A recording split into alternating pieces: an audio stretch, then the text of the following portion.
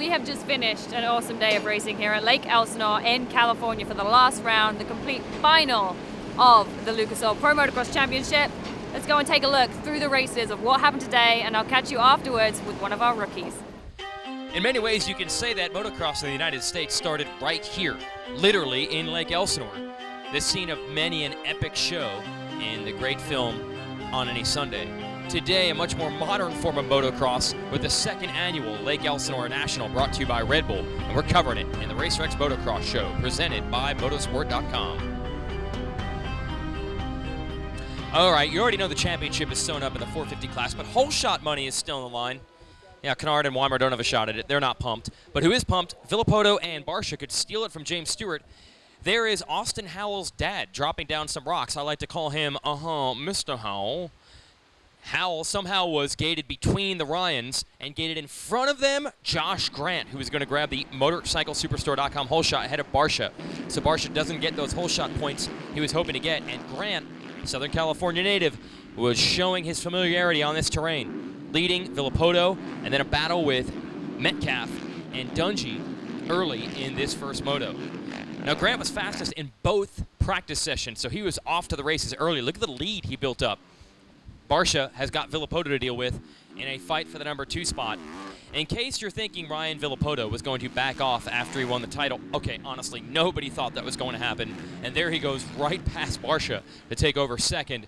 And now he sets his sight on Grant as we set our sights on a Troy Lee team member, getting a nice plug for his team. Here's Trey Kennard, man on the move. Keep the number 41 in mind. More on that later, but we got to go back to the front as Grant and Villopoto begin to duel for the lead. Grant's riding awesome, but Villopoto is jumping things like this that no one else can jump. Then Grant makes a mistake, and Villopoto moves into the number 1 spot on the Monster Energy Kawasaki and then starts moving away from the rest of the field. No surprise there. Here's Grant trying to double through this section. Only Villopoto was able to get that perfectly clean. We'll shift back to third as Dungey and Barcia battle for it. Barcia would be pushed back to 4th, and then he'd have a fight on his hands from his teammate Kennard. Honda Muscle Milk boys running in formation here. As we said, Kennard on the move would eventually take that spot away from Barcia, who admits he's not the best when it comes to the California hardpack, although he's certainly better than he was a few years ago. Now you've got Dungey taking the measure of Grant for second. He would try to close in on Villopoto, but guess what? Slow motion, you know what that means. He's got himself another moto win.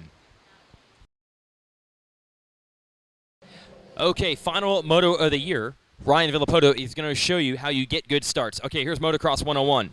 Stand up out of the gate. And he almost gets the hole shot. Oh, and Austin White almost gets wiped out by Mike Alessi, who got pushed off the track. Villopoto quickly around Justin Brayton, who had the hole shot, into the lead. Barcia is second. Villopoto off to the races. He has just been unbelievable the last couple of motos. He's been good all year, but just another level lately. There's Dungey in third, trying to chase down Barcia for second with hopes that he can maybe get to this guy. Villopoto takes a look over his shoulder. This battle for second is already pretty far back. Look at Dungey. How did he make that bike stick on the inside of a rutless, bermless, slick, watered corner on the inside? He managed to pass Barcia, but even with skills like that, he could not get Villopoto. A little bit further back, Brayton, your hole shot artist, was under pressure. Rattray was able to get by him at first. A couple other riders are going to be challenging him. You've got a pack, including Weimer, Andrew Short, Michael Alessi. Here is Villopoto getting away. None of those riders obviously able to challenge him. He's been aces. Dungey rode very well on the Red Bull KTM, but had nothing to challenge Villopoto on this day. Here's Weston Pike, running strong, about 7th, but Mike Alessi didn't have the hole shot skills this year, but he proved he can make some passes. Little mistake from Pike. Alessi continues to move forward. He wasn't done yet. Alessi gets around Brayton. Now he's going for top 5. The riders in front of him are Rattray and Weimer, and they are in a battle. Here is Barcia all by himself in third. This would be good enough for third overall, going 5-3 in the day. And now Rattray being challenged by Weimer, pair of Kawasaki riders. Ooh, getting a little close there. That would put Weimer up into 4th, Rattray to 5th. Then late in the race, Alessi would get Rattray to take over the number 5 position. Good come from behind ride for Alessi. Look at this, setting up the South African and getting close and making the move with 2 laps to go.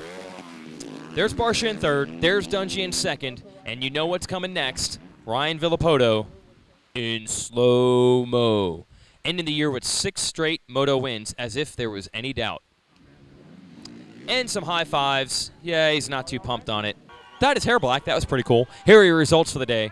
And here are your points at the end of the season. Barsha, Kennard, and Stewart in the top 5 for the season. Stewart, by the way, is your whole shot $25,000 winner for the year. 250 class, everyone on Geico looking at something, trying to figure out what that might be. Maybe a Red Bull girl.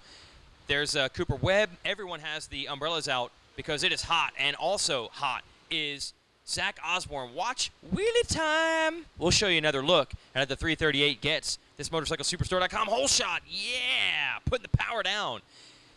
Alex Martin was actually the one right next to him out of the first turn. Then Martin would go down, claim a bunch of riders. Through all that, Ken Roxon would immediately take the lead. Tomac challenging Jeremy Martin for the number 2 position early on, but Martin was salty, not letting it happen.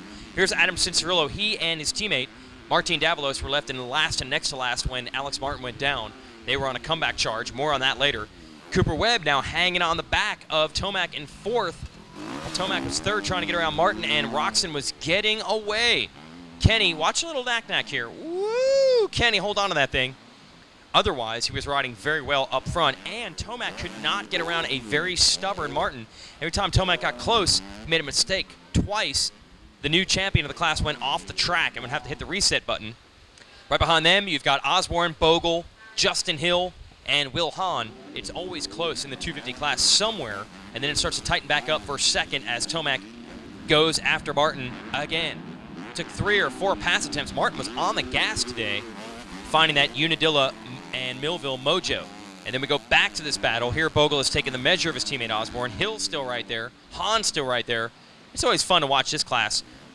Ken Roxon, I'm not even going to bother taking my feet off the pegs. He was on it. Kenny said he didn't ride all week long. He was bummed about losing the chance at the championship. He seemed to ride better with the pressure off.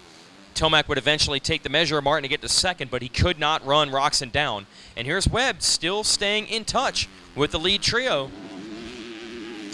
Davalos, remember, 39th early in this one, but come all the way back to fight for a top 10, and Cincerillo was not too far behind him. They showed some heart.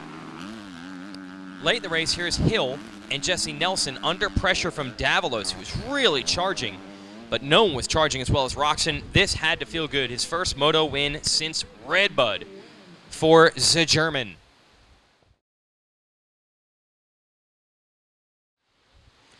Last moto of the season, 250 Moto 2.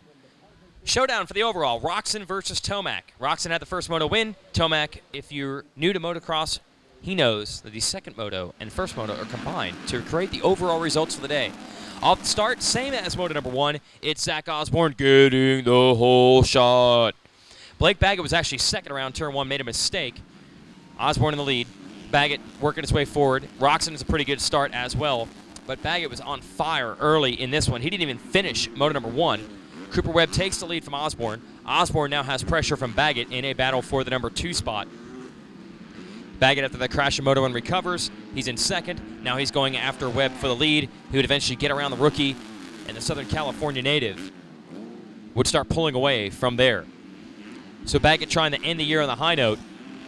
Roxon would run into the back of Osborne and crash. So that would put Tomac up to 3rd, Osborne 4th, Jason Anderson 5th. He would move forward, though, from there. Here's Baggett getting away. Had a nice gap built up, about 5 seconds over Tomac. Tomac would try to go to work. Nothing doing. Baggett was too hard to run down. So we'll focus on this battle for 3rd. Anderson and Webb. It was a good one. They were even scrubbing in synchronicity at times. Right behind them, you had Bogle and Osborne, Davalos, Martin, Hahn, Roxon picking himself up after that crash, trying to work forward and maybe salvage an overall. Not going to happen, though, with Tomac toward the front. Then Jason Anderson, after passing Cooper Webb, would crash out, caught a handlebar when he laid it over in a corner. That would put Webb back up to 3rd. Here's your battle for the lead. Tomac was trying to make tracks toward Baggett. Baggett, you know he's strong late in the motos. Nothing doing. Tomac could not close the gap on last year's champ. But I do have some bad news for Blake Baggett. He doubled the jump when the Red Cross keeping wheels on the ground flag was out. 2 riders had crashed. Baggett jumped it. And more on that in just a moment.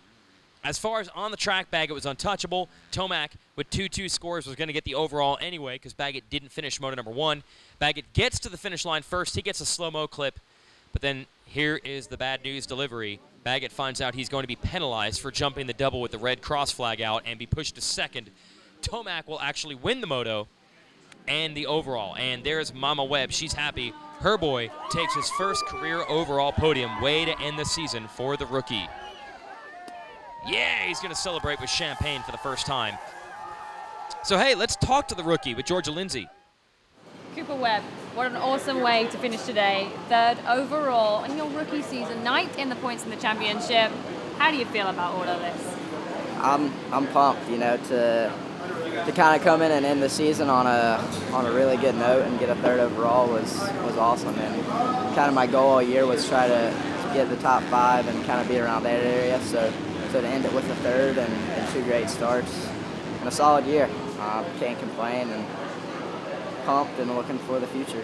And like you said, obviously the main thing you learned this year is the mental side of it. Motocross is a completely crazy mental game. However, just dipping your toes in and getting this first kind of season under your belt, going into next year in the Supercross, you must feel like, right, I'm ready now. I know what I'm doing, I'm ready.